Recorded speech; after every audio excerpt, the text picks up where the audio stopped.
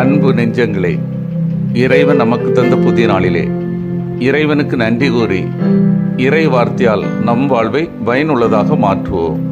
இறைவன் நம் அனைவரை நிறைவாக ஆசீர்வதித்து பாதுகாத்து வழிநடத்துவாராக. இன்றைய விழா ஆண்டவரை காணிக்கையாக அர்ப்பணித்தல் விழா.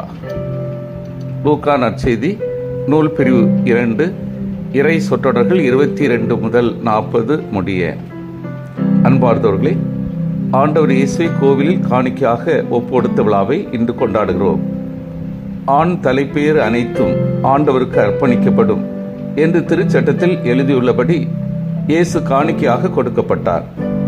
இன்றைய விழாவில் பெற்றோர் தங்கள் குழந்தைகளை பற்றி எண்ணி பார்க்க வேண்டும். உங்கள் குழந்தைகள் உங்களுடையவர்கள் அல்ல, உங்கள் வழியாக உலகிற்கு வந்தவர்கள் என்றார் பாரசீக கவிஞர் கலீல் கிப்ரான். ஒவ்வொரு குழந்தையும் இறைவன் தந்த கொடை என்பதால் அனைத்து குழந்தைகளும் ஆண்டவருக்கு சொந்தமானவர்களே. எனவே அவர்களை ஆண்டவருக்கு ஒப்புக்கொடுக்க வேண்டும். வழிபாட்டு முறையில் மட்டுமல்ல, வாழ்விலும் அவர்களை இறைவனின் பணிக்கு அர்ப்பணிக்க வேண்டும்.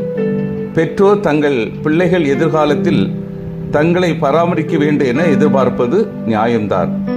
இருப்பினும் சமூகத்தின் மீது அக்கறையுள்ள பெற்றோர் தங்கள் பிள்ளைகள் தங்களுக்காக வாழாமல் இந்த சமூகத்தின் மேம்பாட்டுக்காக உழைப்பவர்களாக, இறைபணி ஆற்றுபவர்களாக வர வேண்டும் என்றே எண்ண வேண்டும். அன்னை மரியா அப்படித்தான் சிந்தித்தார். எண்ணற்ற புனிதர்கள், மறைசாட்சியரின் பெற்றோரும் அவ்வாறே நினைத்தனர். நாமும் அவ்வாறே எண்ணி நம் குழந்தைகளை ஆண்டவருக்கு, இந்த உலகிற்கு அர்ப்பணிப்போம்.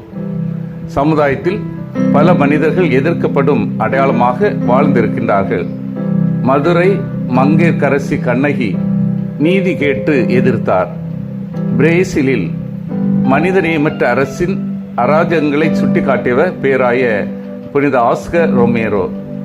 அநீதியான அரசை எதிர்த்து போராடிய வீர இளைஞன் நெஸ்டர் பாசு. ஆந்திராவில் கடந்த ஒரு சில மாதங்களுக்கு முன் பெட்ரோல் பங்கில் நடந்த ஊழல்களை தனி ஆளாக எதிர்த்து நின்ற மஞ்சுநாத் என்ற வாலிபன். எங்கெல்லாம் சட்டங்கள் தவறாக பயன்படுத்தப்படுகிறதோ, லஞ்சம் கேட்கப்படுகிறதோ, அதனை எதிர்த்து போராடிய முன்னாள் ஆட்சியர் சகாயம். கருப்பு இன மக்களுக்கு எதிராக எழுந்த தீமைகளை எதிர்த்து நின்ற நெல்சன் மண்டேலா.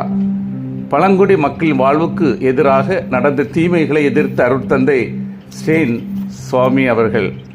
அனைவருமே சமுதாய தீமைகளை எதிர்த்த அடையாளமாக விளங்கியவர்கள். அதுபோலதான் இன்றைய நற்செய்தி வாசகத்தில் அர்ப்பணிக்கப்பட்ட குழந்தை இஸ்ரேல் மக்களின் வீழ்ச்சிக்கும் எழுச்சிக்கும் காரணமாக அமைகிறது. இயேசு குழந்தையாக இருந்ததால் இந்த சட்டத்தினை மக்கள் மீது திணிக்கின்றார்கள்.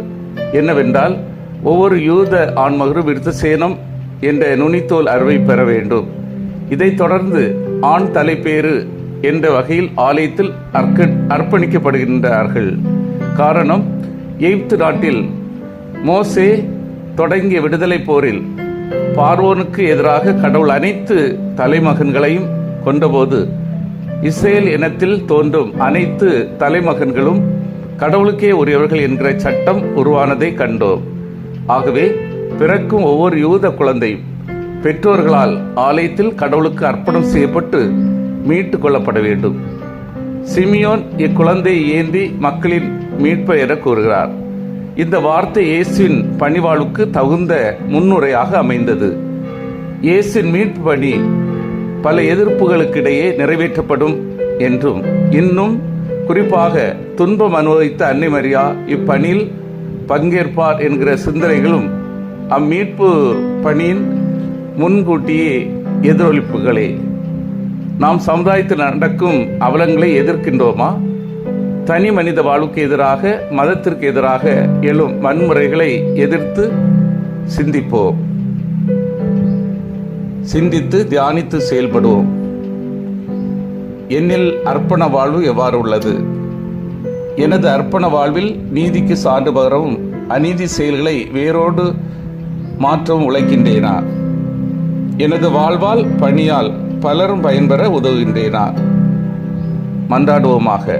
வல்லமை மிக்க இறைவா, எங்களது அர்ப்பண வாழ்வு உண்மையாக அமையவும் எங்களது அர்ப்பண வாழ்வில் நீதிக்கு சான்று வரவும், அநீத செயல்களை வேரோடு மாற்ற உழைக்கவும், எங்களது வாழ்வால் பணியால் பலரும் பயன்பெறவும் உதவி செய்தருளும். ஆமீன்.